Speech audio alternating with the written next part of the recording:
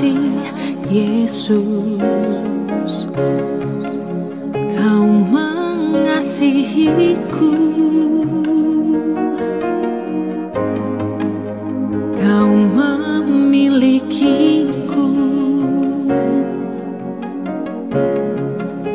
Hanya ini Tuhan persembahanku, segenap hidupku, jiwa dan ragaku. Sebab tak ku miliki harta kekayaan yang cukup berarti untuk ku persembahkan. Hanya ini Tuhan permohonanku, terimalah Tuhan persembahanku. Pakailah hidupku sebagai alatmu seumur hidupku.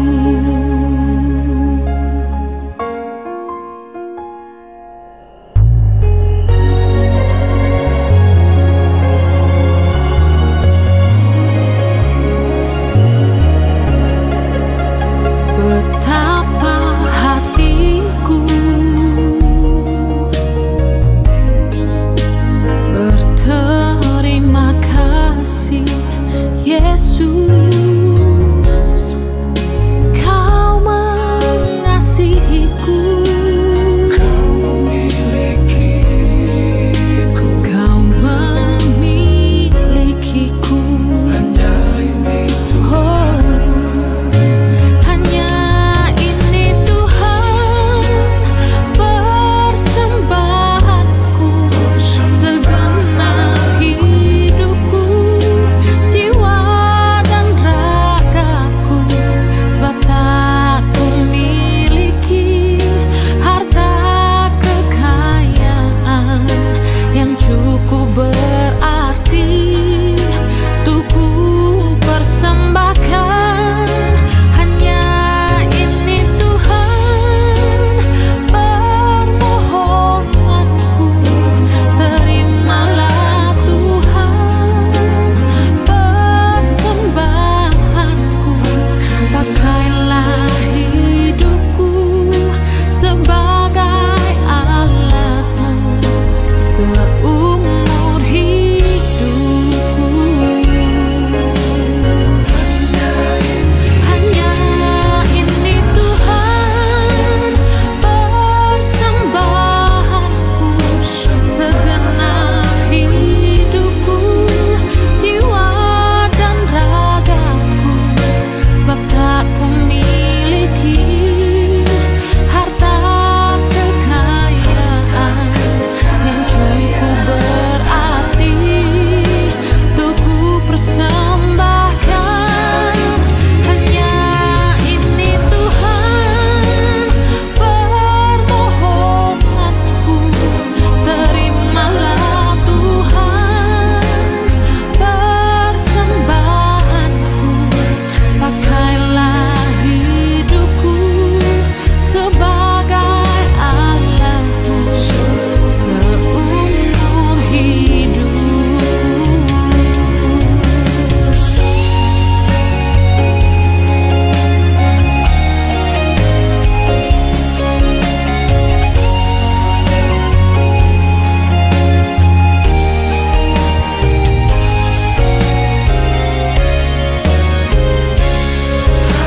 Hanya ini Tuhan persembahanku, segenap hidupku, jiwa dan ragaku. Sebab tak ku miliki harta kekayaan yang cukup berarti untuk ku persembahkan. Hanya ini Tuhan permohonanku, terimalah Tuhan persembahanku. Pakailah hidupku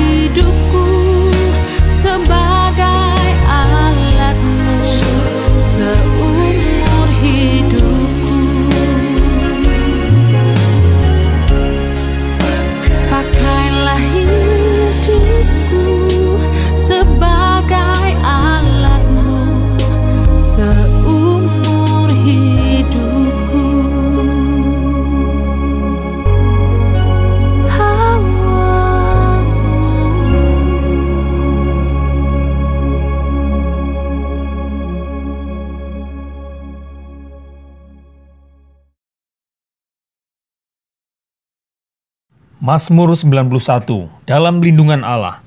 Orang yang duduk dalam lindungan yang maha tinggi dan bermalam dalam naungan yang maha kuasa akan berkata kepada Tuhan, tempat perlindunganku dan kubu pertahananku, Allahku yang kupercayai. Sungguh dialah yang akan melepaskan kau dari jerat penangkap burung, dari penyakit sampar yang busuk. Dengan kepaknya ia akan menundungi engkau, di bawah sayapnya engkau akan berlindung. Kesetiaannya ialah perisai dan pagar tembok. Engkau tak usah takut terhadap kedahsyatan malam, terhadap panah yang terbang di waktu siang, terhadap penyakit sampar yang berjalan di dalam gelap, terhadap penyakit menular yang mengamuk di waktu petang. Walau 1.000 orang rebah di sisimu dan 10.000 di sebelah kananmu, tetapi itu tidak akan menimpamu. Engkau hanya menontonnya dengan matamu sendiri dan melihat pembalasan terhadap orang-orang fasik. Sebab Tuhan ialah tempat perlindunganmu, yang maha tinggi telah kau buat tempat perteduhanmu. Malapetaka tidak akan menimpa kamu, dan tulah tidak akan mendekat kepada kemahmu. Sebab malaikat-malaikatnya akan diperintahkannya kepadamu untuk menjaga engkau di segala jalanmu. Mereka akan menatang kau di atas tangannya, supaya kakimu jangan terantuk kepada batu.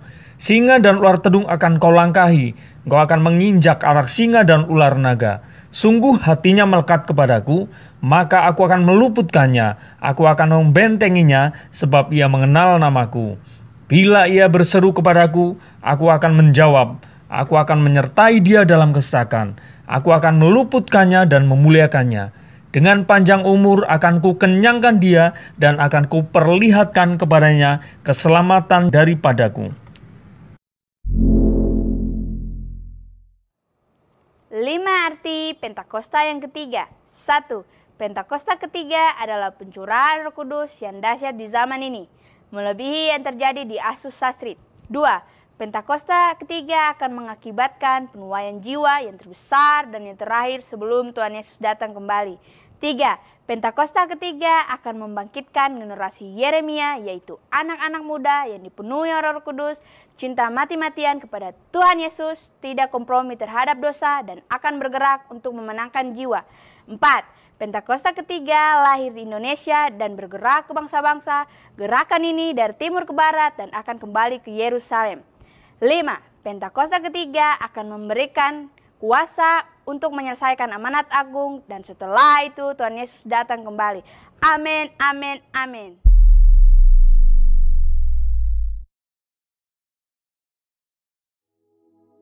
Shalom saudara, percakapan mengenai pencurahan Roh Kudus telah menjadi salah satu topik yang sangat sering dibahas. Berhubungan dengan ini, salah satu pokok diskusi yang sering kali muncul adalah mengapa ada istilah Pentakosta ketiga. Bukankah peristiwa Pentakosta merupakan sebuah peristiwa final, unik, dan spesifik yang tidak mungkin terulang kembali? Mari kita telusuri apa yang Alkitab katakan mengenai hal tersebut. Insan Pentakosta memahami bahwa pencurahan Roh Kudus bukanlah sebuah peristiwa yang final dan yang tidak mungkin terulang lagi, melainkan sebagai penggenapan awal dari janji Bapa, yakni pencurahan Roh Kudus sebagaimana juga telah dinubuatkan dan perjanjian lama, yaitu yang masih dan akan terus berlangsung sampai kedatangan Tuhan Yesus yang kedua kalinya. Alkitab pun menunjukkan, meskipun tidak semua, tetapi ada nubuatan tertentu di mana penggenapan dari nubuatan tersebut terjadi berulang kali. Ini berarti bahwa ketika nubuatan tersebut terjadi dalam suatu kurun waktu, bukan berarti nubuatan tersebut sudah tidak ada pengenapannya lagi. Justru pengenapan awal dari sebuah nubuat berperan sebagai model atau contoh yang menunjukkan betapa luar biasanya potensi dari pengenapan itu nantinya. Inilah yang kita kenal dengan multiple fulfillment of prophecy. Contohnya peristiwa pencurahan Roh Kudus secara luar biasa yang terjadi di kamar loteng atas di Yerusalem. Pada waktu itu, kejadian ini sangat dramatis sehingga menarik perhatian banyak orang yang saat itu sedang berziarah ke Yerusalem untuk merayakan hari raya Yahudi. Namun, apakah ini merupakan penggenapan akhir dari nubuatan Yoel? Mengingat bahwa masih ada beberapa aspek yang belum terpenuhi dalam nubuatan Yoel dalam peristiwa Pentakosta, yang diantara lainnya adalah pertama, bahwa Roh Kudus belum dicurahkan atas semua manusia, melainkan hanya dalam kelompok yang terbatas dan dalam cakupan area yang terbatas. Yang kedua adalah tanda-tanda heran di langit dan di bumi yang tidak nampak dalam peristiwa Pentakosta. Dan yang ketiga adalah bahwa hari Tuhan belum datang. yaitu hari di mana Tuhan Yesus akan datang dan duduk di tahtanya sebagai hakim yang adil. Pasca pencurahan Roh Kudus di kamar loteng atas, Petrus dalam khotbahnya di Kisah Para Rasul 2 ayat 38-39 berkata, "Maka kamu akan menerima karunia Roh Kudus, sebab bagi kamulah janji itu, dan bagi anak-anakmu, dan bagi orang yang masih jauh, yaitu sebanyak yang akan dipanggil oleh Tuhan Allah kita." Albert Barnes mengatakan bahwa pernyataan dalam ayat tersebut tidak terbatas hanya kepada orang-orang Yahudi, melainkan berlaku juga bagi generasi yang masih jauh, yakni generasi di masa kini, dan juga bagi orang-orang non-Yahudi atau Gentiles. Dengan pemahaman ini, kita dapat menyimpulkan bahwa penggenapan akhir dari nubuatan Yoel tidak berhenti di peristiwa Pentakosta di kamar loteng, tapi juga terjadi di awal abad ke-20 melalui peristiwa Azusa Street Revival yang merupakan Pentakosta kedua, dan sekali lagi sedang terjadi dalam era kita sekarang ini. Pentakosta ketiga sedang dan akan terus terjadi dalam cakupan area yang mendunia. Peristiwa ini juga akan disertai oleh tanda-tanda heran dan ajaib, dan akan mengarah kepada kedatangan Kristus yang kedua kalinya. Tentunya istilah Pentakosta ketiga bukanlah istilah yang dibuat-buat oleh Bapak Pendeta Dr. Insinyur Niko Nyotra Harjo sebagai hamba Tuhan yang menerima tuntunan dan visi ini, melainkan berdasarkan preseden penggunaan terminologi Pentakosta kedua yang sudah dikenal sejak awal abad ke-20. Beberapa catatan dokumentasi penting yang mencatat hal ini adalah Australasian Record, volume 39, nomor 19, yang menuliskan sebuah artikel berjudul "The second Pentecost will be even greater than the first." Wesley Mylan juga menyebutkan peristiwa Pentakosta kedua dalam bukunya The Latter Rain Covenant. Frank Bartleman dalam bukunya How Pentecost Came to Los Angeles juga menggambarkan dahsyatnya pencurahan Roh Kudus yang terjadi di Azusa Street sebagai Pentakosta kedua. Dan buku Passover, Pentecost, and Parousia, di mana yang menjadi editor adalah para profesor aliran Pentakosta dari Pentecostal Theological Seminary, juga menyebutkan Azusa Street sebagai Pentakosta kedua. Jadi, dengan adanya presiden terminologi Pentakosta kedua ini, maka jika seseorang menolak Pentakosta ketiga atas dasar bahwa Pentakosta tidak berulang, itu artinya dia juga menolak Pentakosta kedua, yang sama dengan menolak gerakan Pentakosta secara keseluruhan. Tentunya, untuk sebuah kegerakan bisa disebut sebagai peristiwa Pentakosta, ada 3 kriteria yang harus dipenuhi. Yang pertama adalah peristiwa Pentakosta bersifat masif, ekspansif, dan multi-etnis. Yang kedua adalah penekanan terhadap bahasa roh dan manifestasi kuasa Roh Kudus. Dan yang ketiga adalah bahwa peristiwa Pentakosta harus memiliki korelasi langsung dengan penuntasan amanat agung. Dengan itu, kita percaya bahwa pencurahan Roh Kudus yang terjadi di Yerusalem pada awal abad pertama dan Azusa Street pada awal abad ke-20 sedang dan akan terus terjadi dalam skala yang jauh lebih besar dan dahsyat pada zaman ini, sampai amanat agung diselesaikan dan Tuhan Yesus datang kembali. Amin. Saudara, untuk penjelasan lebih lengkapnya dari tim teologi kami, silahkan buka link yang ada di atas atau scan QR Code yang tersedia. Salam integritas dan Tuhan Yesus memberkati.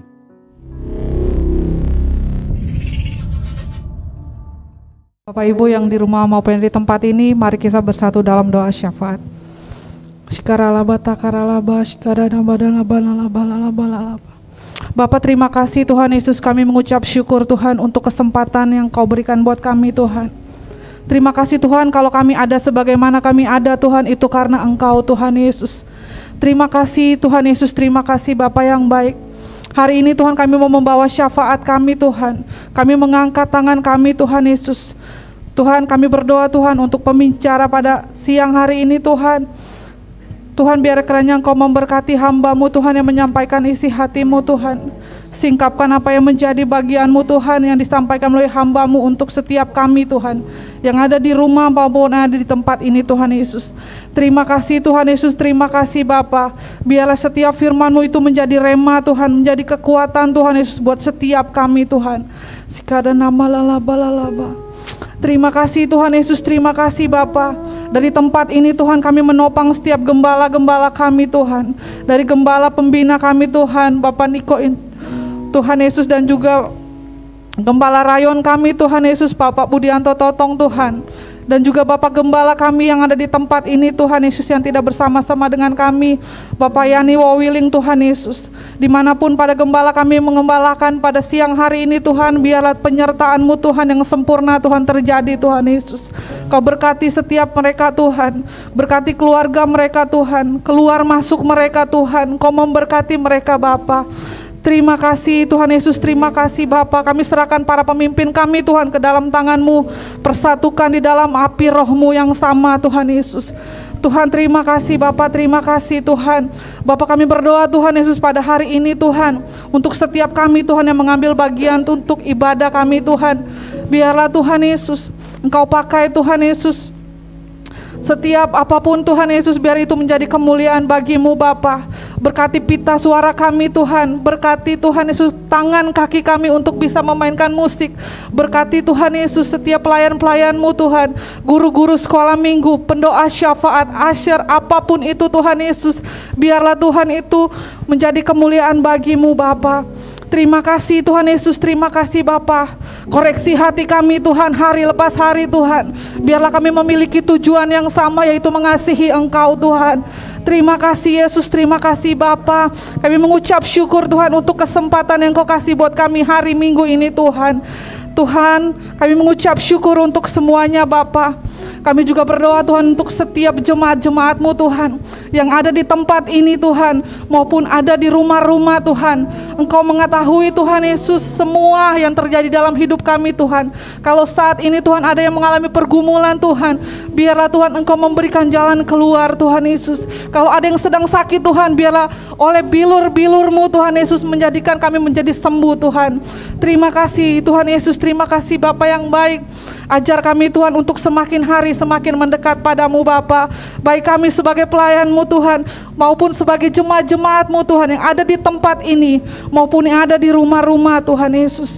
Terima kasih Tuhan Yesus, terima kasih Bapa. Kami juga berdoa Tuhan untuk persembahan kami Tuhan. Kau berkati Tuhan.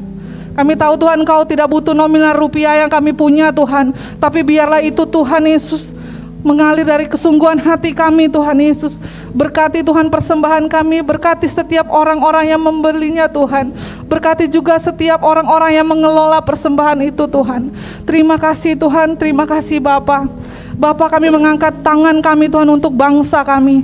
Terima kasih Tuhan untuk bangsa Indonesia. Terima kasih Tuhan Kau menempatkan kami berdiri atas bangsa kami Tuhan. Terima kasih Tuhan Yesus. Biarlah Tuhan Kau berkati Tuhan Bapak Presiden kami Tuhan, Wakil Presiden, semua Tuhan Yesus, pemerintah dari yang tertinggi sampai yang terendah Tuhan. Biarlah Tuhan Yesus memiliki roh takut akan Engkau Bapa. Kami tahu Tuhan bangsa ini kepunyaan-Mu. Biarlah Tuhan Yesus bangsa ini Tuhan menjadi bangsa yang takut akan Engkau Bapa. Terima kasih Tuhan Yesus, terima kasih. Biarlah perkenanan-Mu turun atas bangsa kami Tuhan. Terima kasih Bapa, kami mengucap syukur untuk semuanya yang Tuhan kasih buat kami Bapa. Kami mengucap syukur Tuhan Yesus. Segala hormat, segala kemuliaan hanya bagi-Mu Tuhan. Di dalam nama Tuhan Yesus, di dalam nama Tuhan Yesus. Haleluya, amin.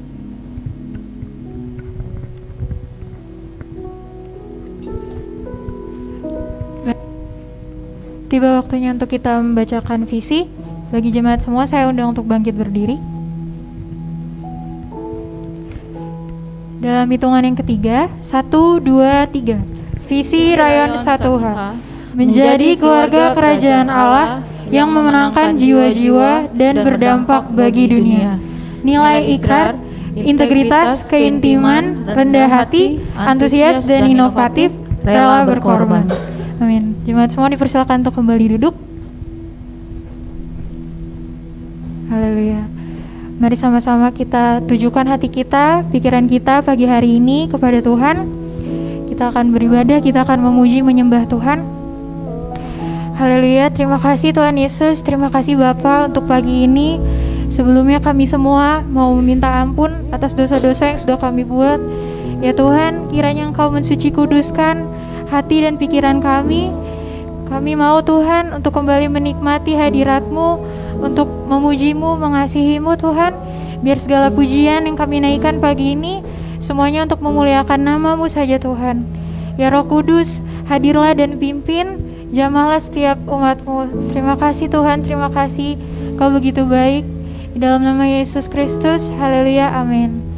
Haleluya, mari kita angkat sembah kita. Oh, terima kasih Yesus. Terima kasih Bapa. Haleluya. Kami sembah Engkau Tuhan. Kau begitu baik. Haleluya. Terima kasih Tuhan. Terima kasih Yesus.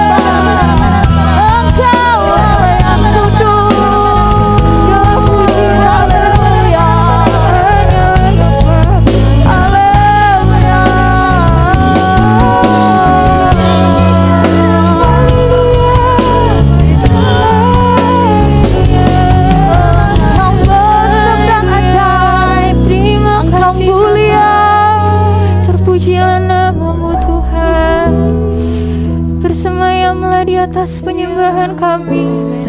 Terima kasih Yesus, terima kasih Bapa. Haleluya. Terima kasih Tuhan, Kau begitu baik. Yesus, Kau sungguh baik. Yesus, nama-Mu indah. Yesus, ku cinta Kau selalu, ku tinggikan, ku agungkan selamanya. Panggil Yesus, Yesus, Kau sungguh baik. Yesus, nama-Mu indah. Yesus, ku cinta Kau selalu, ku tinggikan, ku agungkan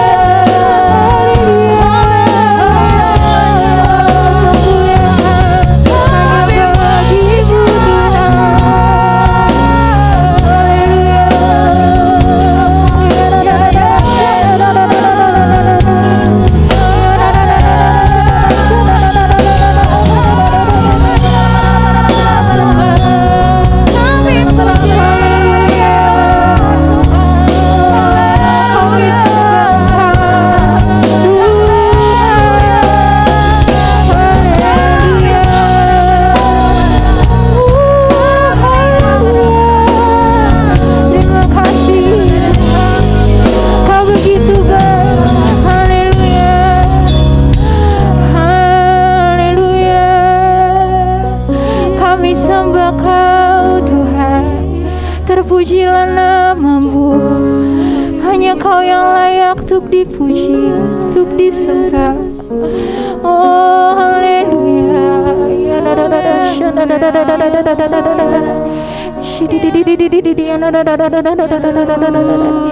Yesus, sungguh tiada yang seperti-Mu. Kami sembah Kau, kami tinggikan namamu, Yesus. Haleluya. Mari terus kita agungkan namanya. Haleluya, haleluya.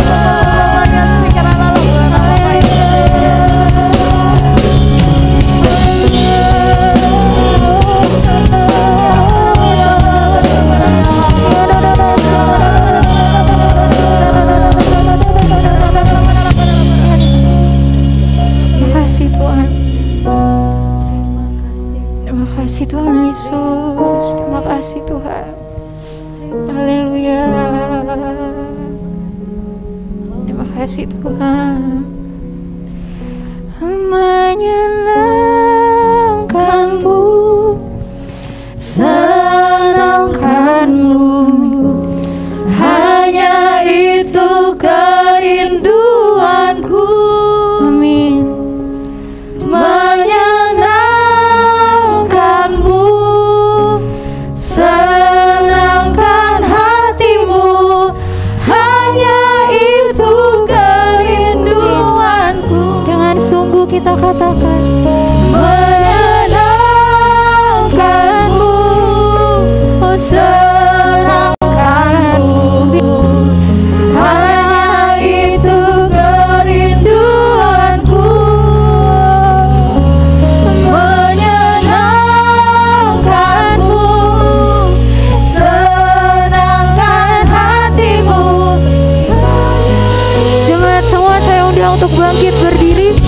Kita katakan menyenangkanmu, senangkanmu, hanya itu kerinduanku. Menyenangkanmu, senangkan hatimu, hanya itu kerinduanku.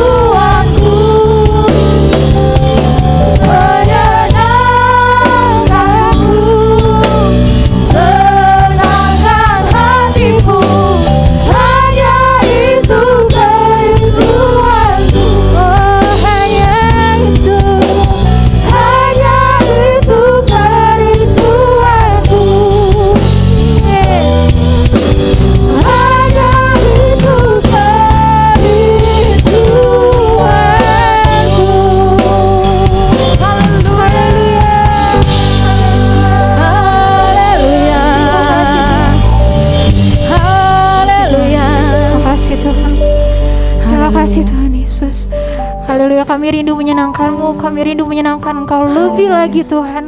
Terima kasih Tuhan, di dalam Yesus Kristus. Haleluya, amin. Amin. Ada sukacita.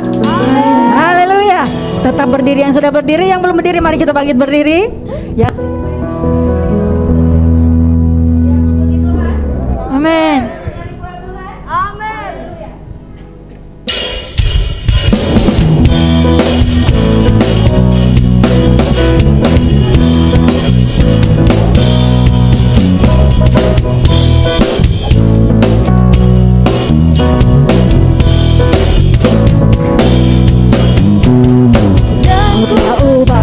Ratapanku menjadi tarian. Kau hapuskan keluh kesahku, gantikan dengan pujian. Kau telah ubah ratapanku menjadi tarian. Kau hapuskan keluh kesahku, gantikan dengan pujian. Allah di dalamku, ku menari seperti Raja Daud menarikan. Roh Allah di dalam hatiku sekarang, ku kan bersuka dan ku kan menari di hadapan Rajaku menari sambil memuji-Mu ku menari. Kaulah sukacitaku Tuhan, dan ku kan menari di hadapan Rajaku menari sambil memuji-Mu ku menari. Kaulah sukacitaku Tuhan, kaulah sukacitaku. Haleluya. Gerakan tanganmu, gerakan badanmu, puji Tuhan, katakan. Kau telah ubah ratapanku menjadi tarian. Kau hapuskan keluh kesahku, gantikan dengan pujian. Kau telah ubahkan, kau telah ubah ratapanku menjadi tarian. Kau hapuskan keluh kesahku, gantikan dengan pujian. Karena roh Allah di dalamku, ku menari seperti Raja Daud menari. Roh Allah di dalam hatiku sekarang, ku kan bersuka dan ku kan menari di hadapan Rajaku menari sambil memuji-Mu ku menari. Kaulah sukacitaku, lebih lagi menari buat Tuhan, dan ku kan menari di hadapan Rajaku menari sambil memuji-Mu ku menari. Kaulah sukacitaku Tuhan. Ayo jemaat katakan, dan ku kan menari. Yang menari buat Tuhan adalah Rajaku menari sambil memuji-Mu ku menari. Kaulah sukacitaku. Belum semangat lagi. Dan ku kan menari di hadapan Rajaku menari sambil memuji-Mu kan menari. Kaulah sukacitaku. Lagi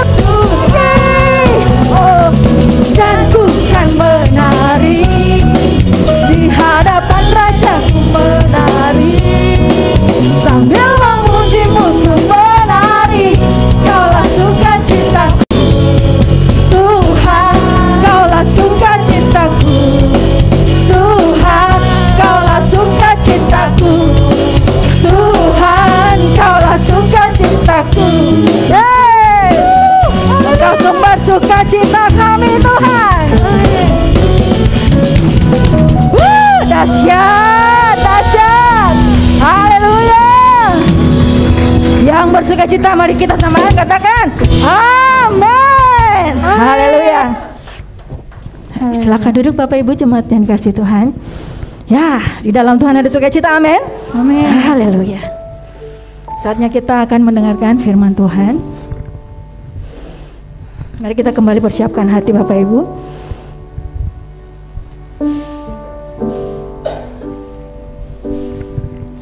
Tuhan, Kau sempurna dalam rencanamu dan karyamu. Ku serahkan hidupku, murnikan dengan Roh-Mu. Sekali lagi nyatakan, Tuhan, Kau sempurna dalam rencanamu dan karyamu. Ku serahkan hidupku, murnikan dengan Roh-Mu. Hidupku menggenapi firman-Mu, tanda mujizat sertai tiap langkahku. Kau bersamaku, di dalamku, jadi bukti kebesaran-Mu. Hidupku menggenapi firman-Mu, tanda mujizat sertai tiap langkahku. Kau bersamaku, di dalamku, jadi bukti kebesaran-Mu. Engkau bukti kebesaran Tuhan. Nyanyikan dari awal. Tuhan, Kau sempurna dalam rencanamu, dalam rencanamu dan karyamu. Ku serahkan hidupku, murnikan dengan Roh-Mu. Tuhan, Kau sempurna. Tuhan, Kau sempurna dalam rencanamu dan karyamu. Ku serahkan hidupku, murnikan dengan Roh-Mu. Hidupku menggenapi firman-Mu, tanda mujizat sertai tiap langkahku. Kau bersamaku, di dalamku, jadi bukti kebesaran-Mu. Sambil bangkit berdiri, mari kita nyatakan, jemaat Tuhan, menggenapi firman-Mu. Yes Lord. Tanda mujizat sertai tiap langkahku. Kau bersamaku, di dalamku, jadi bukti kebesaran. Sekali lagi jemaat katakan, hidupku, sungguh hidup kami adalah menggenapi firman-Mu Tuhan. Tanda mujizat sertai tiap langkahku. Kau bersamaku, di dalamku, jadi bukti kebesaran. Sekali lagi nyatakan, hidupku menggenapi firman-Mu.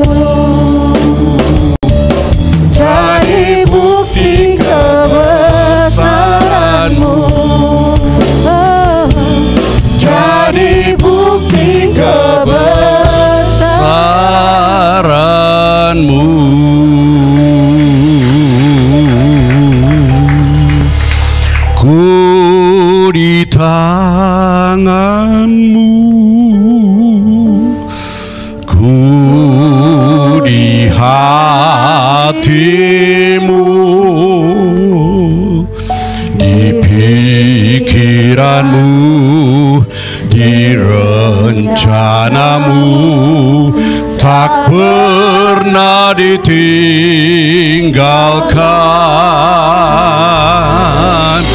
Ku di tanganmu, ku di hatimu, di pikiranmu, di rencanamu, tak pernah ditinggalkan. Di pikiranmu, di rencanamu, tak pernah ditinggalkan.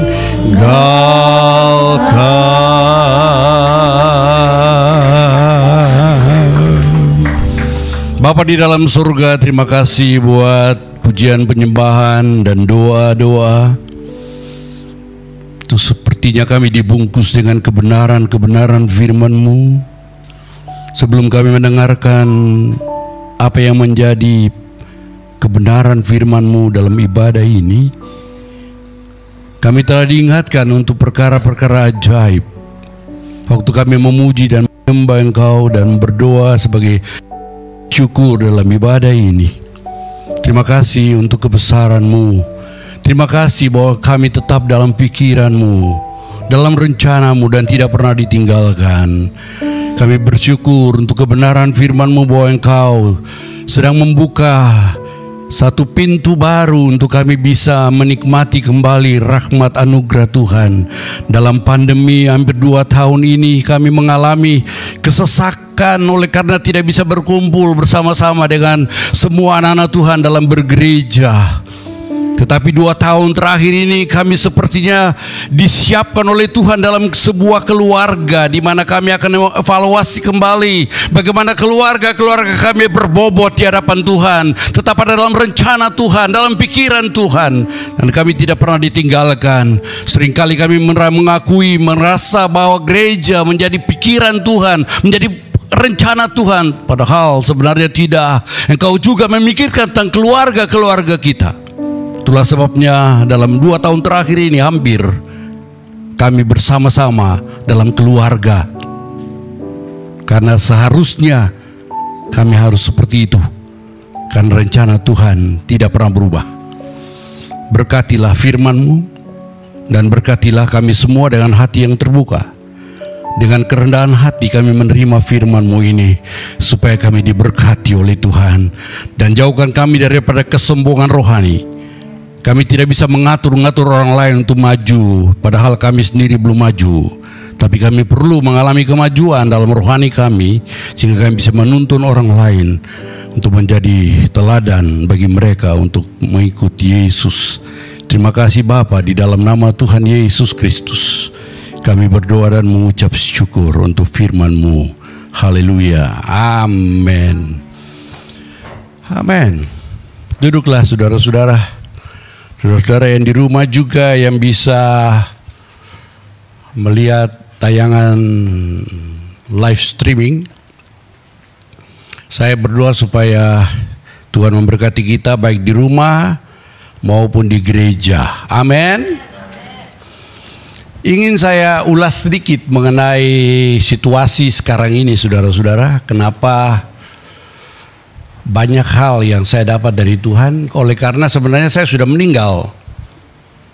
Awal COVID-19 itu bulan Maret saya sudah terpapar. Kemudian April tutup semua, itu kegiatan-kegiatan gereja, kumpul-kumpul, nggak boleh lagi sampai hari ini. Tapi hari ini mulai ada kelonggaran ya. Dan ini merupakan khotbah perdana saya di sini.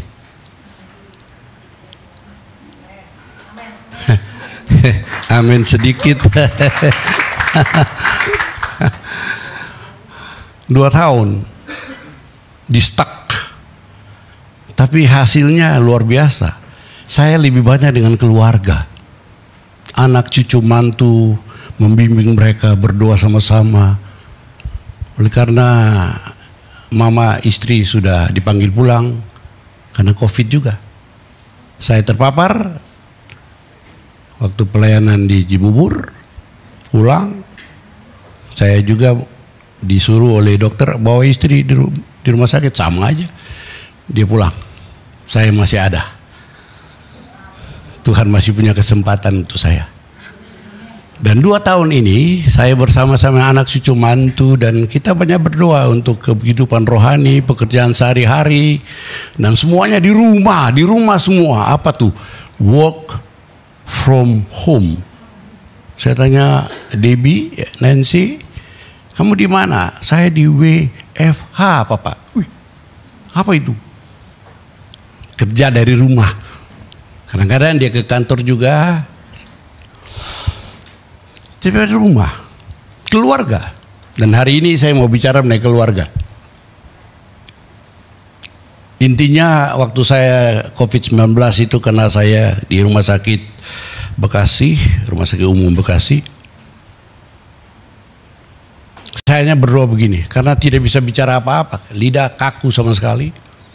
Dan saya cuma bilang begini, Tuhan ampuni saya dan tolonglah saya. Kalau saya pakai ventilator itu pasti mati tuh. Karena nafas sudah susah. Tapi tidak bisa ngomong. Itu saja kalimat itu. Tuhan ampuni saya, tolonglah saya. Kenapa ampuni saya? Karena selama dari tahun 71 sampai 2019 akhir, fokus saya itu keluar. Khotbah, melayani, organisasi, wah habis-habisan deh. Dari tahun 71. Datang lagi anak-anak udah besar, udah mau menikah, baru saya ada di situ. Saya rasa ada berdosa sedikit ya. Oleh karena fokus saya keluar, saya lupa tentang pembinaan kepada anak cucu mantu. Nah disinilah Tuhan bilang stop kau. Ampuni saya Tuhan. Gambaran itu muncul itu. Bahwa Tuhan mau dalam pandemi ini fokus kita bagaimana hubungan kita dengan istri, suami untuk lebih dekat dengan Tuhan, anak, cucu, mantu. Tepuk tangan.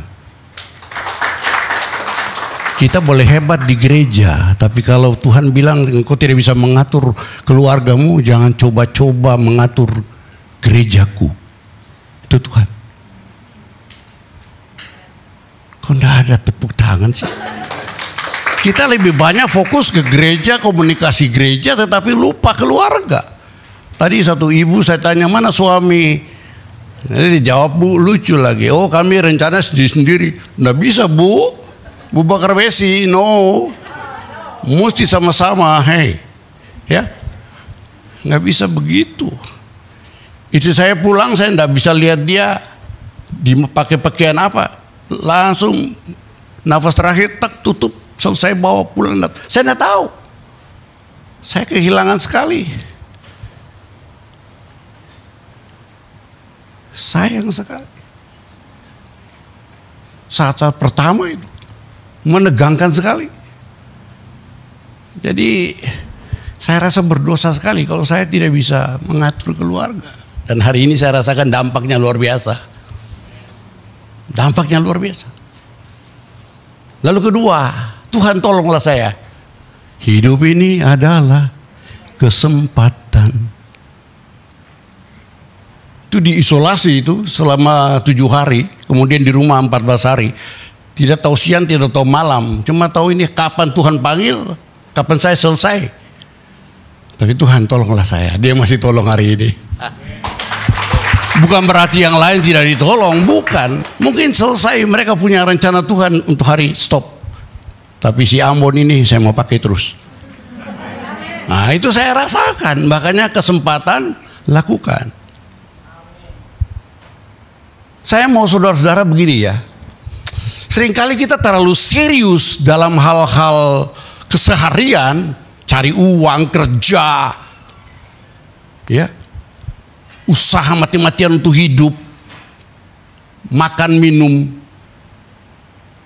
Tapi untuk hal-hal yang spiritual, hal-hal yang rohani, kita kurang serius. Coba contoh baca Alkitab dengan pergi mengerjakan tugas kantor, lalu untuk gaji sebulan, yang mana lebih serius? Kita enggak. Kita bilang, Tuhan, ku mau menyenangkanmu. Tuhan bilang, bohong. Engkau tidak serius dengan aku. Sementara khotbah begini, pikiranmu di mana-mana kan? Bisa saja. Itu lagu-lagu tadi menyenangkanmu, saya menangis di belakang.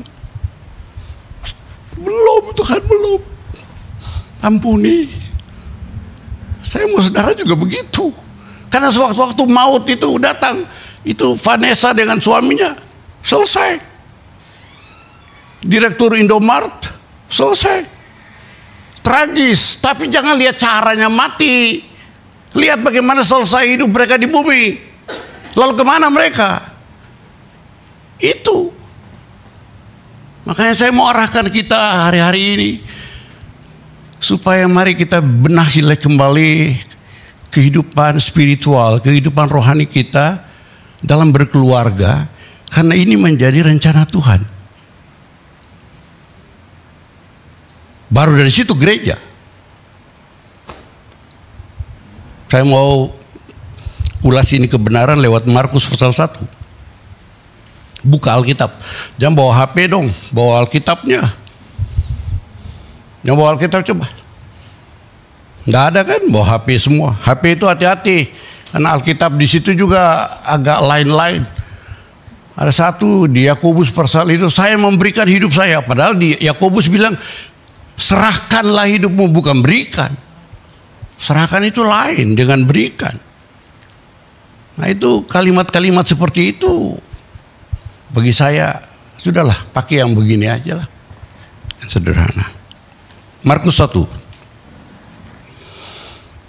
Bisa ditayangkan Kak? Soalnya banyak yang tidak bawa Alkitab. Nah ini tidak serius kan? Tapi dompet bawa kan? Kalau HP hilang dengan Alkitab hilang, mana yang lebih menguntungkan dan merugikan? Alkitab hilang nggak apa-apa lah, HP jangan lah. Ini rahasia hidupnya di sini, saudara.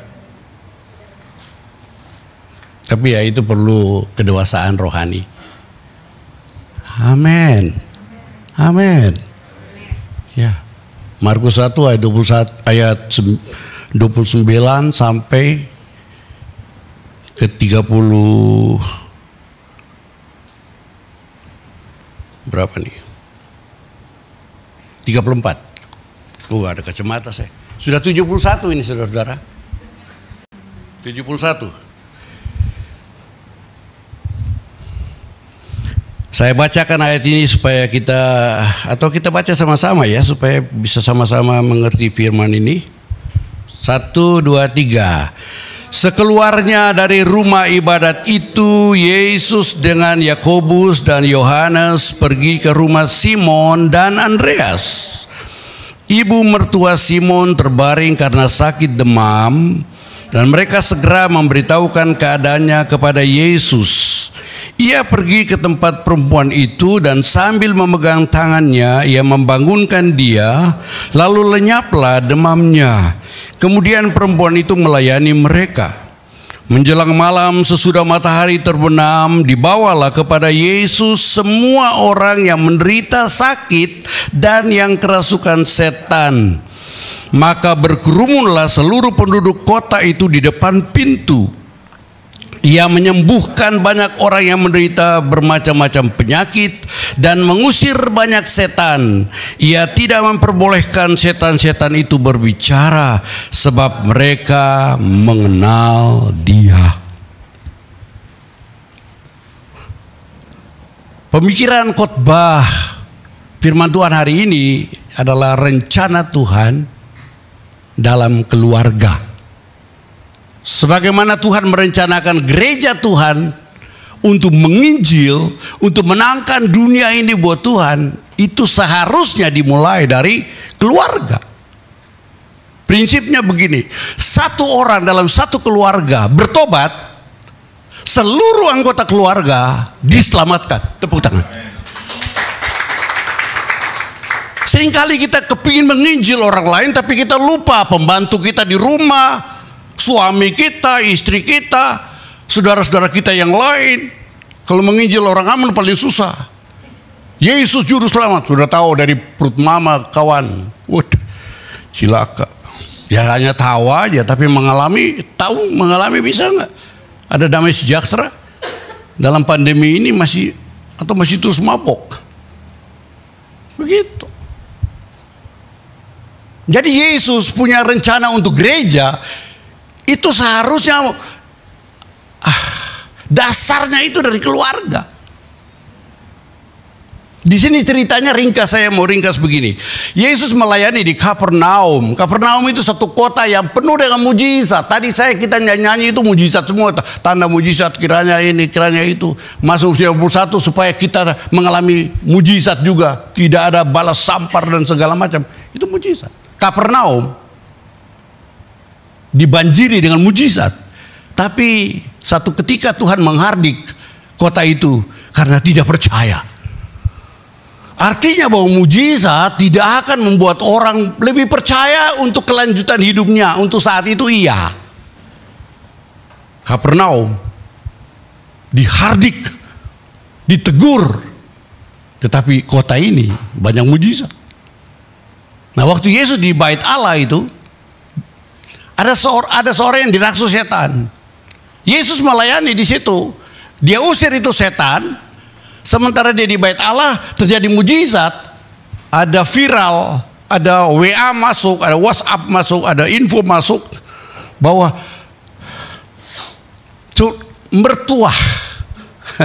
mertua dari Simon dan Andreas, Petrus dan Andreas sakit demam. Pandemi kan mulai dengan demam. Minyak kayu putih paling laku. Betul nggak? Saya waktu kena itu demam itu, saya bilang orang Ambon biasa demam, nggak apa-apa. Saya pakai minyak kayu putih, nggak mempan juga. Perlu Yesus. Mertua Petrus lagi demam. Mereka dengar Yesus ada di Kapernaum. Mereka kirim berita, kurir datang ke Yesus. Muridmu yang dua itu, Simon dan Petrus dan Andreas, itu punya mertuanya sakit demam. Untuk perkara yang kecil ini, demam yang kecil ini, pandemi bagi Yesus tuh kecil.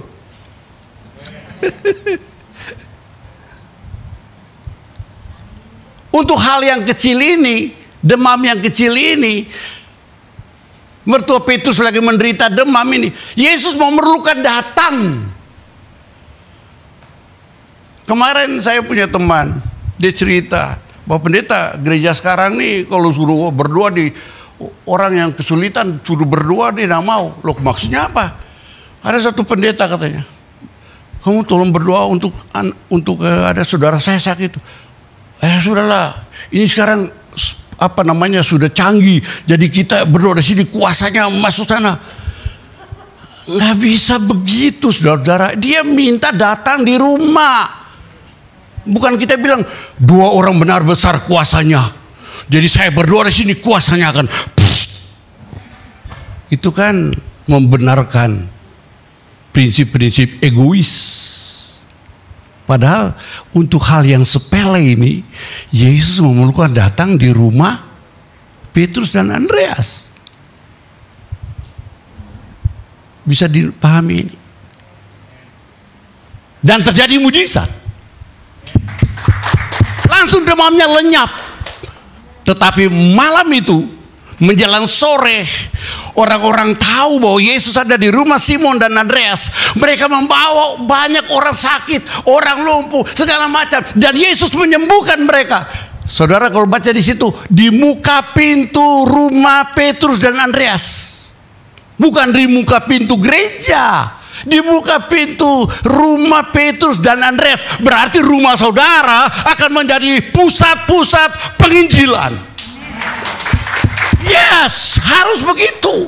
Orang mencari saudara karena Yesus ada di rumahmu. Kita sering kali pikir Yesus ada di dalam kampanye yang besar, KKR besar. No.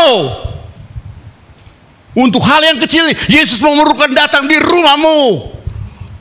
Terserah rumahmu gubuk, terserah rumahmu tembok, separuh bambu, no problem. Yang penting engkau sebagai bait Allah, Dia ada di situ. Dan Dia memerlukan datang untukmu. Haleluya. Jadi jangan segan-segan untuk minta orang lain datang di rumahmu untuk didoakan dan mendoakan engkau. Dan engkau kalau minta untuk mendoakan orang lain, jangan bilang saya pakai model canggih, tidak bisa. Yesus modernisasi kayak apapun, Yesus tetap pakai yang formula dasar. Mana dia? Mana mertua Petrus? Sudah berapa lama? Enggak, Yesus tidak tanya macam-macam deh. Sudah isolasi berapa lama? Pakai minyak kayu putih enggak? Enggak. Kayak Yesus kalau datang itu sederhana saja. Dia pegang tangan perempuan itu, bangkit, lenyaplah dia. Sesuatu yang sederhana jangan dibuat ribet. Seringkali di gereja itu sesuatu yang sederhana kita bikin ribet, kita bikin muter-muter. Aduh, gimana Tuhan bisa bekerja kalau begini caranya? Jadi Tuhan Yesus, Dia melayani 3,5 tahun. Di Markus pasal 1 ini dikatakan pada awal pelayanannya Dia habis untuk 2 wadah. Gereja atau bait Allah dan rumah.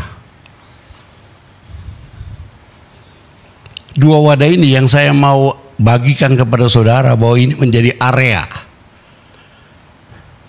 sirkulasi pelayanan Tuhan Yesus. Total hidupnya dibagi di keluarga dan gereja. Gereja dalam pengertian bukan organisasi. Saya tidak bicara organisasi, saya bicara gereja adalah saudara dan saya. 2-3 orang kumpul aku ada, itu gereja. Tidak ada namanya di situ. Tidak ada GBI, tidak ada Pentakosta, tidak ada. 2-3 orang kumpul, orang percaya, anak Tuhan yang sungguh-sungguh serius, yang komitmen tidak kompromi dengan dosa, dia ada. Itu gereja. Itu gereja. Dan di mana keluargamu di situ, Tuhan ada. Amin. Makanya kita perlu untuk melayani dan perlu mendapatkan pengertian tentang apa itu pelayanan. Lebih serius kita dalam pelayanan untuk mengkaji program gereja, tetapi kita lupa tentang pemahaman dasar yang sangat berguna untuk kita mendapat pengertian bahwa pelayanan itu ya. Iya. Itu ada di Roma 12 ayat 1. Coba baca. Roma 12 ayat 1 itu definisi Alkitabiah dari apa itu pelayanan. Apa itu melayani? Roma 12 ayat 1. Karena itu saudara-saudara, demi kemurahan Allah aku menasihatkan kamu supaya kamu mempersembahkan tubuhmu. Masih ada tubuhmu enggak? Coba cubit dulu. Jangan-jangan sudah enggak ada. Tubuhmu yang masih engkau bawa-bawa ini, yang masih engkau hiasi. Tadi saya mau pakai nabok ke jas, saya pikir biasa ya pakai jin aja deh. Hampir-hampir Tuhan bilang, tubuhmu itu harus betul-betul memuliakan aku. Jadi pengertian tentang tubuh ini perlu mendapatkan perhatian khusus. Artinya seluruh aktivitas kegiatan yang keluar dari tubuh ini dipersembahkan kepada Tuhan. Dan kalau berkaitan dengan keluarga, hal berketurunan pun, hal berkeluarga pun, itu adalah ibadah yang sejati. Persembahkan tubuhmu sebagai korban yang hidup dan kudus dan berkenan kepada Allah. Itulah ibadahmu yang sejati. Oleh karena kalau kita sudah selesai dengan hidup ini, sudah dikuburkan, tidak bisa ada pelayanan lagi. Selesai. Ada orang tanya, Pak, itu rohnya kemana itu ya? Kemarin tuh roh-roh banyak yang itu rohnya kemana? Ada pengampunan dah? Saya bilang no. Tidak ada pengampunan lagi, selesai. Loh, kok bisa begitu? Ya, waktu malaikat jatuh dalam dosa, Lucifer jatuh dalam dosa, tidak ada pengampunan. Kenapa? Karena dia dalam keadaan spiritual, dalam keadaan roh. Kita ini dalam keadaan daging, tubuh ini masih ada pengampunan, saudara-saudara. Makanya saya berdoa, Tuhan ampuni saya. Masih tubuh nih. Sebentar lagi habis nih. Dari 70 kilo turun 59. Hanya dalam 1 minggu. Sudah lihat Upin dan Ipin punya paman. Nah itu dia sudah. Sekarang gagah kan. No. Bakar besi. Haspers. Jadi tubuh kita ini dengan semua kegiatannya bukan hanya di gereja saja kita fokuskan. Kita curahkan seluruh. Tadi saya lihat mereka main musik. Mereka usahakan sempurna sekali. Saya bilang bagus ya. Di luar juga harus sama. Bagus ada. Jangan sampai salah. Yes. Serius. Waktu kita masak nasi goreng juga serius. Jangan terlalu asin. Nanti dikira mau kawin lagi ya. Dan seterusnya kan begitu. Jadi keseriusan kita dalam mengaktivisasi kita punya tubuh ini, kegiatan-kegiatannya, itu semua adalah ibadah. Kalau begitu, ibadah bukan sekedar 2 jam ini dengan segala macam doa syafaat dan segala macam, bukan. Waktu sehari-hari itu. Haleluya. Waktu mengunjungi anak mantu cucu lalu bercengkerama dengan mereka, bersanteria dengan mereka, itu semua adalah ibadah. Yang bisa memuliakan Tuhan. Doakan mereka dan seterusnya. Ini pengertian yang paling tepat, saudara-saudara. Dan berubahlah oleh pembaharuan budimu. Supaya engkau dapat mengenal apa kehendak Allah, apa yang baik, yang berkenan kepada Allah, dan yang sempurna. Kita berpikir bahwa kalau kita mengerjakan sesuatu di gereja itu yang sempurna, di rumah masih sempurna nggak? Pikiran. Artinya di rumah sama dengan di gereja sama dengan di rumah. Tepuk tangan. Mengapa demikian, saudara-saudara? Oleh karena keluarga dan gereja itu ditetapkan, dibentuk oleh Tuhan. Kalau Tuhan yang bentuk, Tuhan menetapkan, maka Tuhan mau pakai. Kejadian pasal 1, 26, 27 kan. Tuhan menciptakan Adam dan Hawa. Mari kita menciptakan manusia menurut gambar dan rupa kita. Supaya mereka apa? Berkuasa atas ikan-ikan di laut dan seterusnya. Tapi dimulai dengan beranak cuculah, bertambah banyak. Kalau begitu, yang ada pertama kali dibentuk oleh Tuhan adalah keluarga. Haleluya. Amin. Dari keluarga ini kemudian kita menjadi terang dan garam. Saya di Bekasi, saudara di Pamulang, papa pulang. Iya kan? Itu kita menjadi terang dan garam. Kalau kita kumpul di sini di gereja saja, ya tidak jadi garam dan terang lah. Semua sudah garam dan terang. Lama-lama darah tinggi. Tapi Tuhan mau kita menyebar di mana-mana. Ditempatkan saudara di Condet sana, saudara di Pamulang, saudara di Ciputat, saudara di mana di Jembatan 5 sana. Itu semua adalah cara kerja Tuhan. Sehingga kalau kita mau pindah rumah, kita pikir juga, Tuhan apakah tepat saya pindah Tuhan? Jangan mau pindah sebaunya aja, memangnya keong. Keong kan bawa rumah kemana-mana kan? Nggak bisa. Kita harus tepat. Tuhan, kalau ini saya ada di sini berarti saya akan menangkan lingkungan itu. Haleluya. Dua wadah inilah ditetapkan oleh Tuhan, sehingga pasti Tuhan punya rencana. Dan memang keluarga itu menjadi dasar untuk pelayanan Tuhan. Ditumbuh kembangkan di bumi ini, yaitu menangkan jiwa, menangkan orang lain supaya menjadi keluarga Allah. Amin. Amin. Jadi gereja dan keluarga itu adalah penetapan Tuhan. Makanya pernikahan itu harus betul-betul minta Tuhan yang ngatur. Hal jodoh, hal cari pasangan, itu harus minta Tuhan atur. Minta Tuhan tuntun, jangan sampai engkau salah.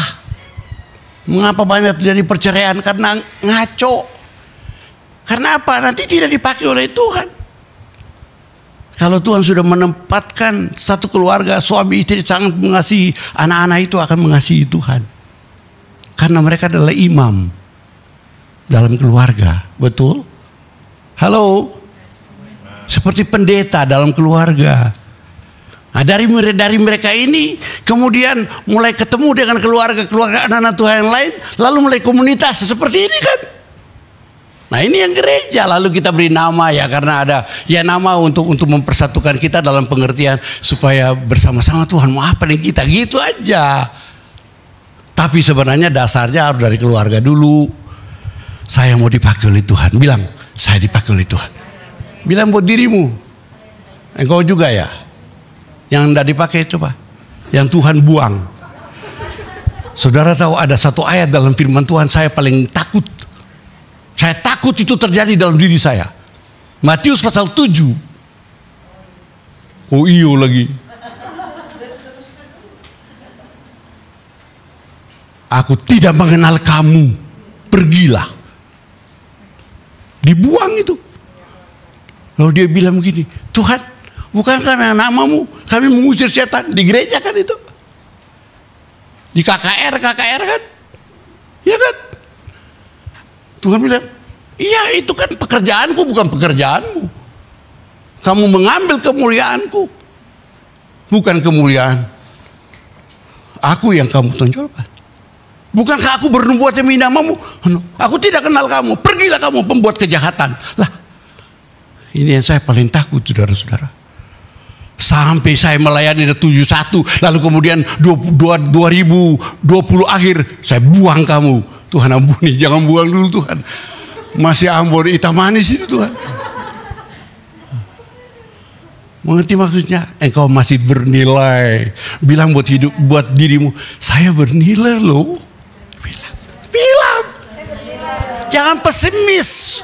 Engkau masih tetap dalam perhatian Tuhan, fokus Tuhan. Makanya lagu tadi, ku di tanganmu, ku di hatimu, di pikiranmu, di rencanamu, tak pernah ditinggalkan. Istri saya meninggal, saya seperti meninggalkan dia. Dia mungkin pikir si Ambon mana? Karena memang prokes. Sedih sekali, saudara-saudara. Jadi saya pikir, Tuhan, rencanamu indah ya. Memang iya. Bagaimana dengan pemerintah? Ada 3 wadah yang kuat di dalam hidup kita sehari-hari dengan bermasyarakat. Keluarga, gereja, dan pemerintah. Pemerintah Tuhan izinkan. Warga negaranya atur sendiri siapa yang memerintah. Bentuk pemerintahan seperti apa. Atur saja. Tapi harus memuliakan aku. Makanya di dalam Roma 13 pemerintah adalah hamba Allah. Kalau dia salah melakukannya, dia salah mengambil kebijakannya, karena pemerintah itu adalah hamba Allah untuk membahagiakan masyarakatnya. Kalau dia salah membahagiakan masyarakat, masyarakat susah, masyarakat menjadi lebih rusak, maka Tuhan akan geserkan dia dan hancur semua. negara-negara hebat kan. Kemarin saya sangat bersyukur kita berdoa buat Jokowi banyak. Dan Tuhan memberkati dia di G20. Saudara nggak mau tahu ya. Keterlaluan. Tadi berdoa untuk bangsa dan negara. Itu dia itu. Saudara lewat tol apakah masih jangan lewat tol, kecelakaan. Itu kan bodoh sendiri.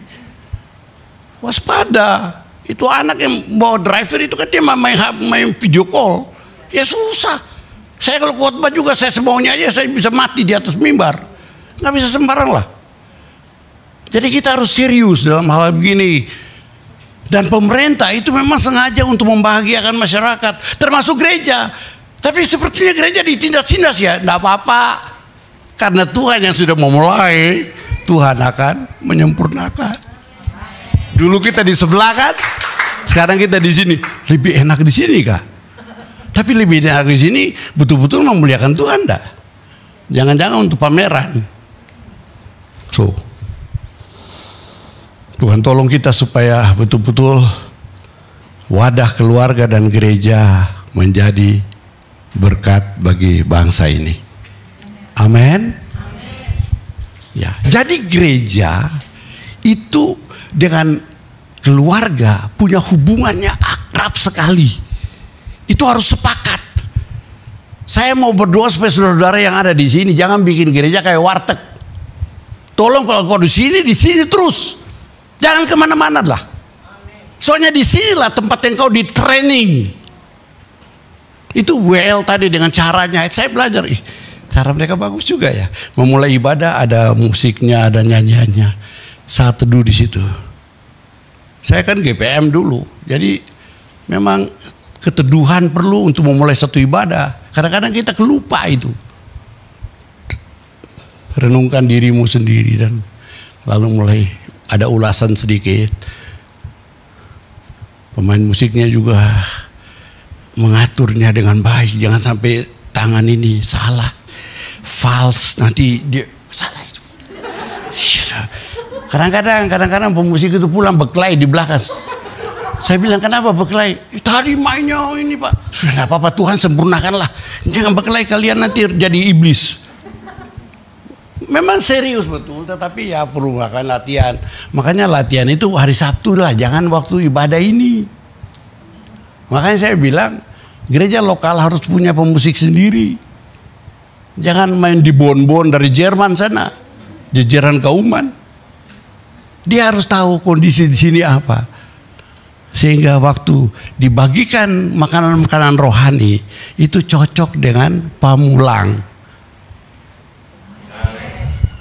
Dikira lagu yang ini bisa nyanyi di tempat lain, belum tentu. Keperluannya beda-beda, khotbahnya sama juga. Jadi harus tahu menunya, makanan rohaninya. Di gereja kita belajar. Kita di training. Dua syafaatnya kayak tadi ya. Tapi yang lain diam aja tuh. Yang lain cuma, kok aminnya lama ya. Berarti dia tidak ikut doa syafaat. Padahal doa syafaat itu kan semua harus berdoa. Baru tahu ya. Doa syafaat itu bukan doa seorang diri. Semua harus berteriak. Tapi ya kalau kita berteriak, siapa yang komando stop? Susah juga ya. Makanya ketertiban ini mulai dilatih di sini. Prakteknya di rumah. Mau makan, berdoa. Ada demam, berdoa sebelum Yesus datang dulu atau apalah. Ada latihan di situ. Dan seterusnya. Jadi di gereja itu tempat di mana kelas kita untuk mengatur pembinaan rohani. Sedangkan keluarga itu menjadi tempat prakteknya. Kalau saya bicara keluarga itu sehari-hari. Disitulah intinya. Kita memuliakan Tuhan di situ. Hasilnya itu ada. Sehingga fungsi ini harus kembali kepada apa yang dikatakan oleh firman Tuhan. Kenapa saya katakan gereja menjadi tempat pembinaan? Oleh karena keluarga, suami istri tidak bisa saling membina karena dosa. Lalu Tuhan angkat itu para gembala, rasul, nabi, penginjil, pengajar untuk membina. Lalu suami istri datang di gereja, datang di komunitas itu, dibina, disampaikan pengertian-pengertian rohani. Dia pulang, dia lakukan itu di rumah. Dia menjadi imam di situ. Dia menjadi nabi di situ. Dia menjadi rasul di situ. Dia menjadi penginjil di situ. Dia menjadi gembala di situ. Tadi saya dengar ada satu, saya punya saudara itu sebenarnya.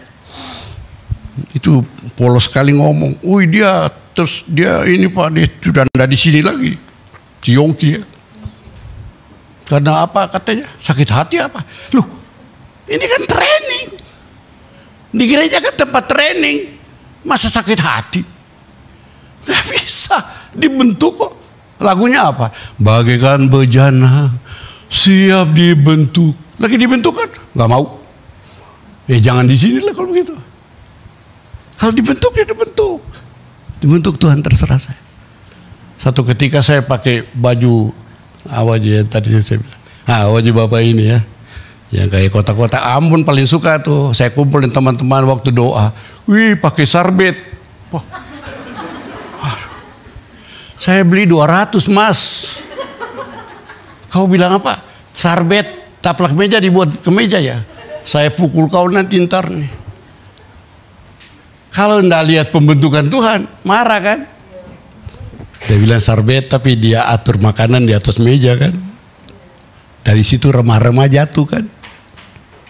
Ya Yesus bilang anjing pun dapat remah-remah. Yang jatuh dari meja tuannya. Ngerti. Lain kali enggak boleh gitu dong. Tapi pembentukan. Yudas itu membentuk Yesus enggak?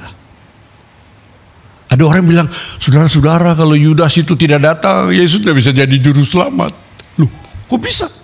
Iya, karena ya Yudas yang jual Yesus. Ya, kalau Yesus tidak datang, ya Yudas mau jual siapa? Jual Petrus.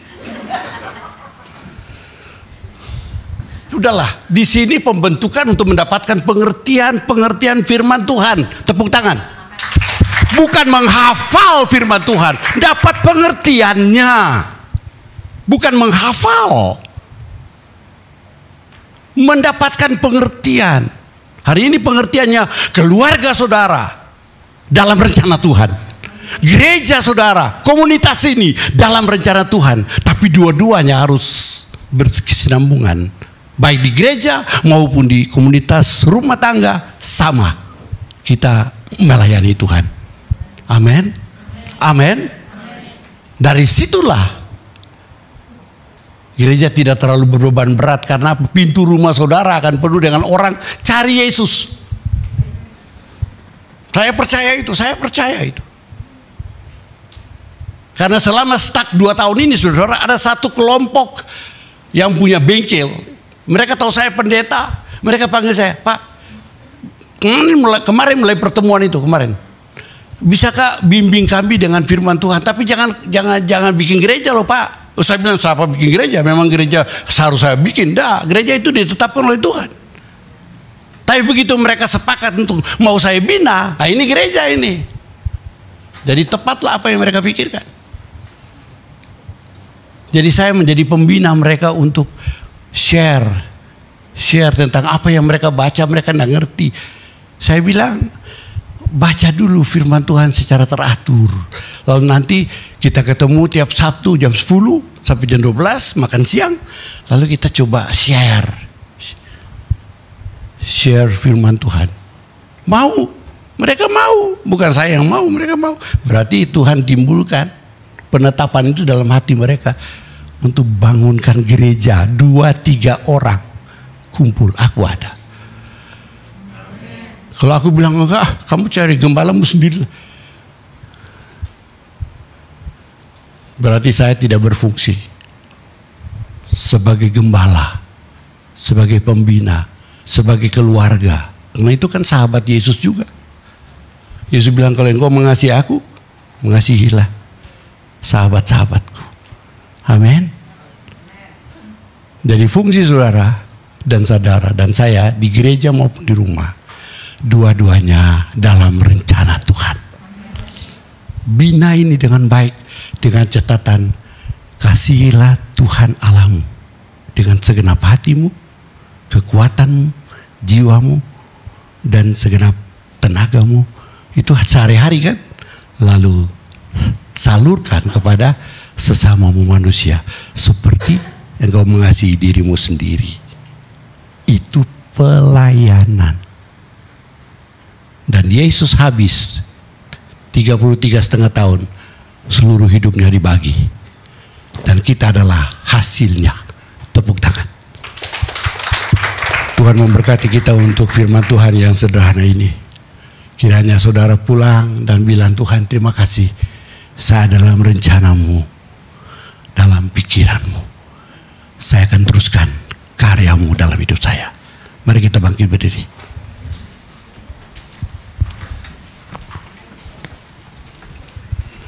Ya, khotbah sederhana saja, karena sudah mau kiamat. Teman-teman saya sudah meninggal banyak semua, dan saya masih ada. 2 tahun saya tidak ketemu dengan saudara, tapi hari ini anugerah Tuhan masih bisa. Amin.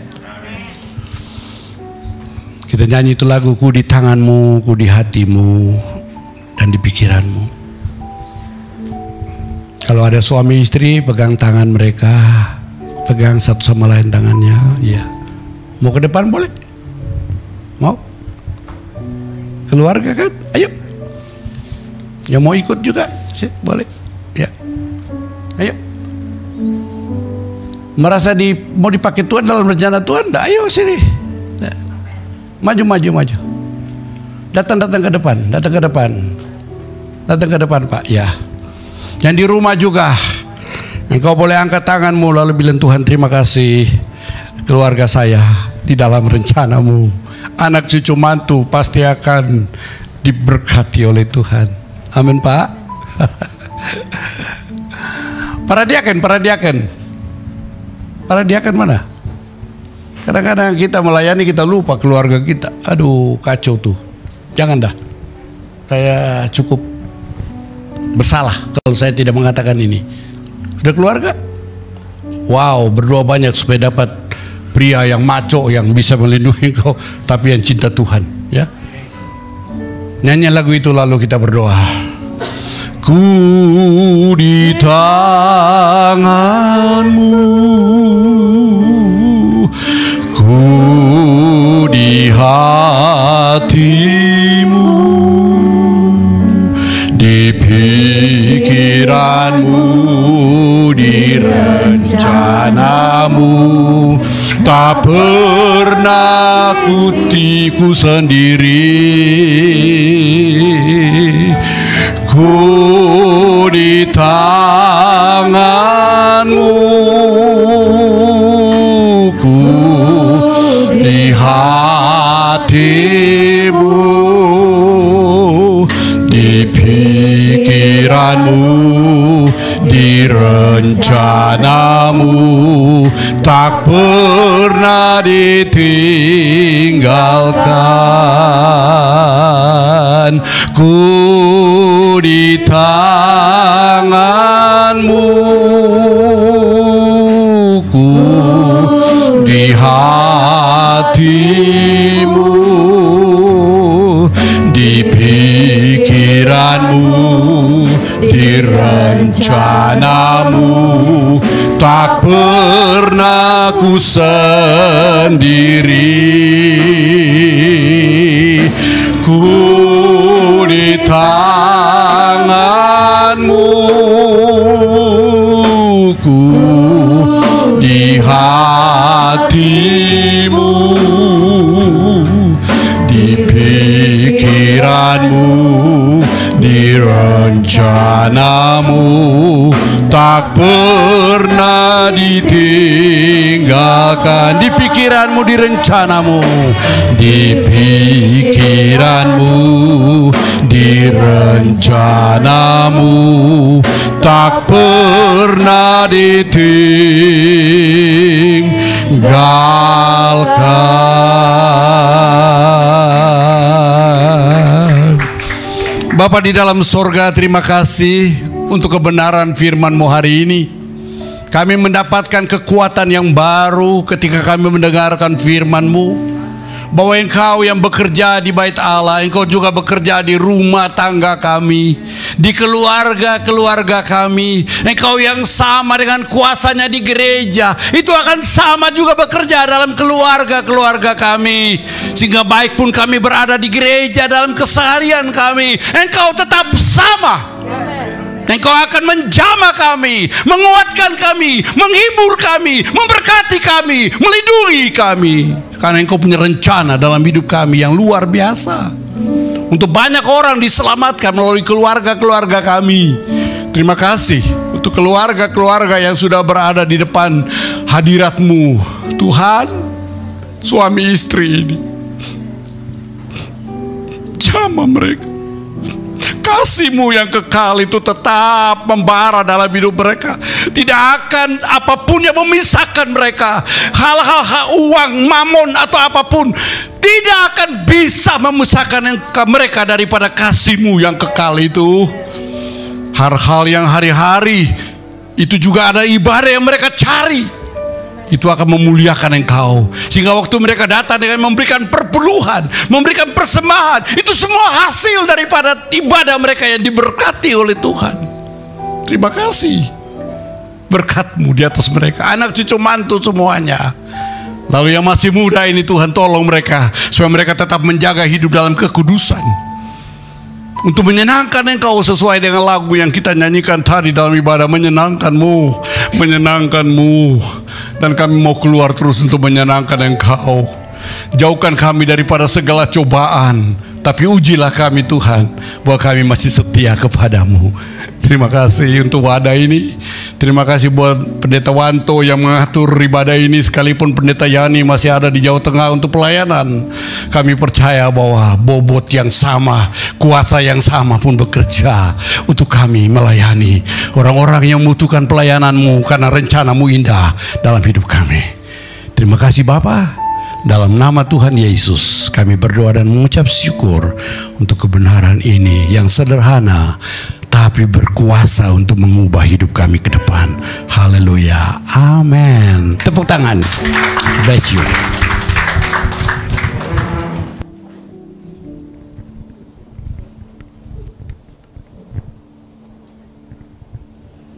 Puji Tuhan untuk kebenaran firman Tuhan pada siang hari ini. Kami atas nama pengerja dan jemaat yang ada ingin mengucapkan terima kasih kepada hambanya, Pastor Ruben Benyamin. Kiranya Tuhan Yesus memberkati pelayanan serta keluarganya lebih lagi. Tiba saatnya kita akan mendengarkan pengumuman Bapak Ibu Saudara. Bagi Bapak Ibu Saudara yang ingin memberikan persembahan melalui QR yang ada, bisa langsung di-scan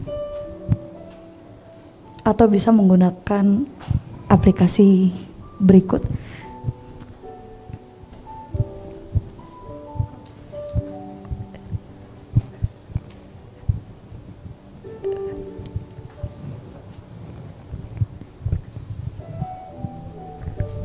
Kita akan memberikan persembahan yang terbaik buat Tuhan.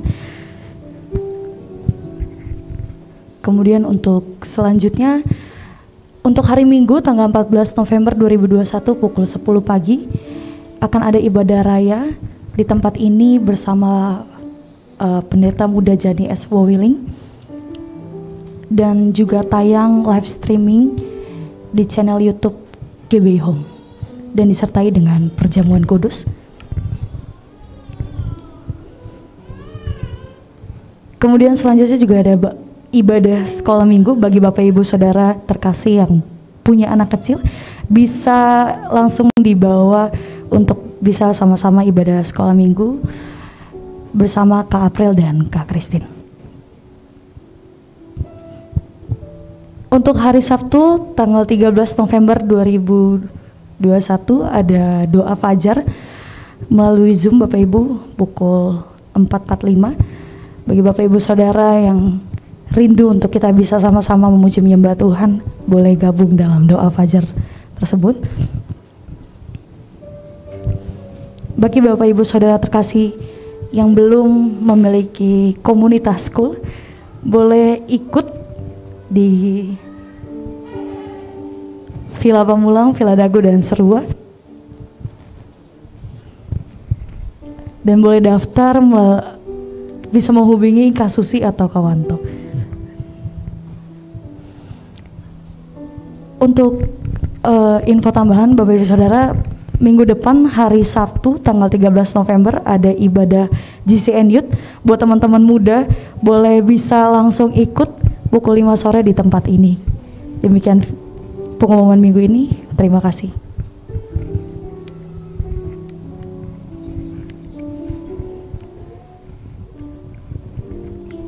Baik, jemaat semua saya undang untuk bangkit berdiri. Kita mau menerima berkat yang daripada Tuhan.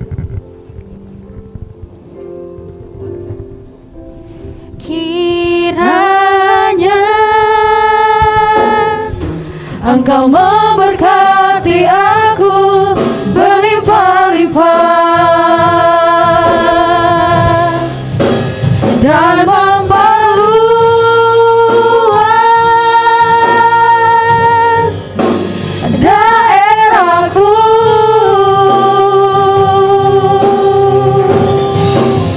dan kiranya tanganmu menyertai aku dan melindungi aku daripada malapetaka, sehingga kesakitan tidak menimpa aku. Kiranya Engkau memberkati aku berlimpah-limpah dan memperluas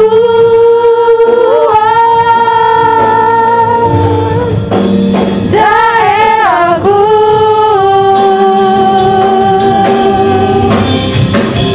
Dan kiranya tanganmu menyertai aku dan melindungi aku daripada malapetaka,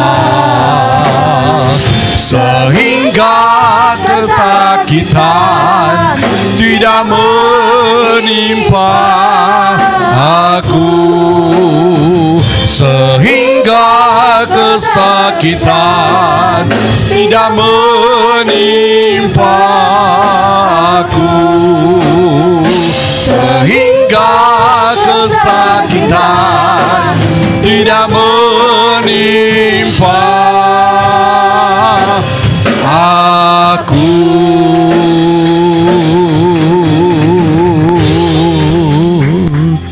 Jemaat yang dikasihi oleh Tuhan, pulanglah, berkumpulannya semua anggota keluargamu. Lalu lihatlah Tuhan yang sama yang memberkati kita, Yesus yang sama yang memberkati kita, Roh Kudus yang mengatur ibadah ini akan juga mengatur kehidupan kita di keluarga-keluarga kita yang akan memuliakan Dia. Hidup kita menjadi ibadah yang terbuka, yang sejati, yang berkenan kepada Tuhan. Dan pasti kehidupan yang seperti ini, keluarga yang seperti ini, gereja yang seperti ini, komunitas yang seperti ini akan terus diberkati, baik di rumah, keseharian maupun dalam ibadah. Berkat dari Allah Bapa, pribadi yang tidak pernah berkekurangan suatu apapun, akan memenuhi semua keperluan-keperluanmu yang akan memuliakan Dia. Kasih sayang akan tunggal Tuhan Yesus Kristus akan terus memperbaharui kasih kita kepada Dia dengan pertolongan, pengurapan, serta perlindungan Roh Kudus akan menolong kita minggu ini. Maranatha, Tuhan Yesus datang kembali. Kita berjumpa dengan Dia di sorga yang mulia, dalam kemuliaan kekekalan selama-lamanya. Haleluya. Amin.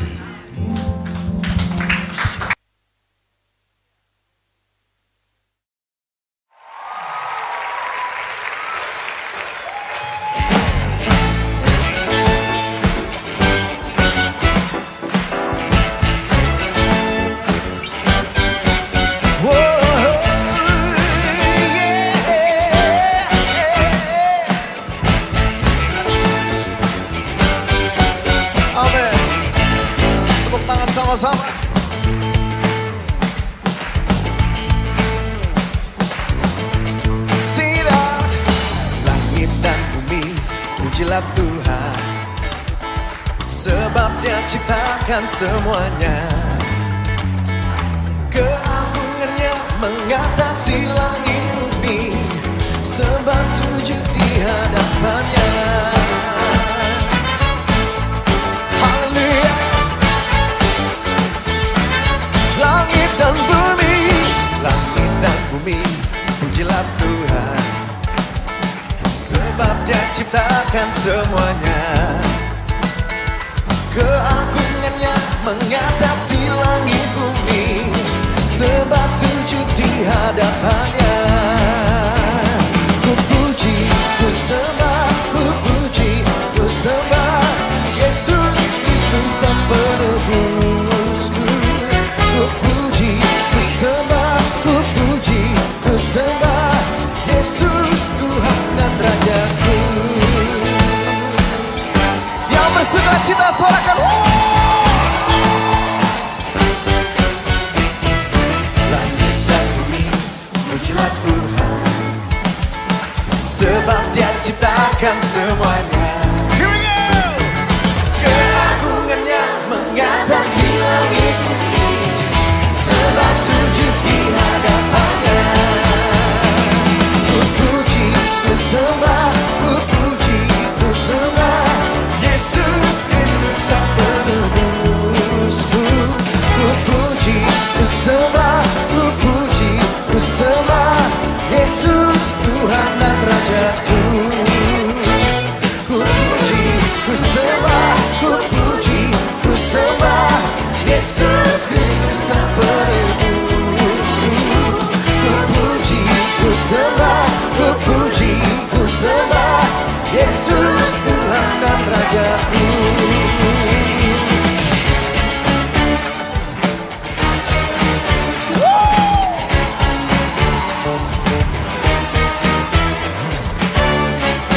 Biarlah segala yang bernafas memuji Tuhan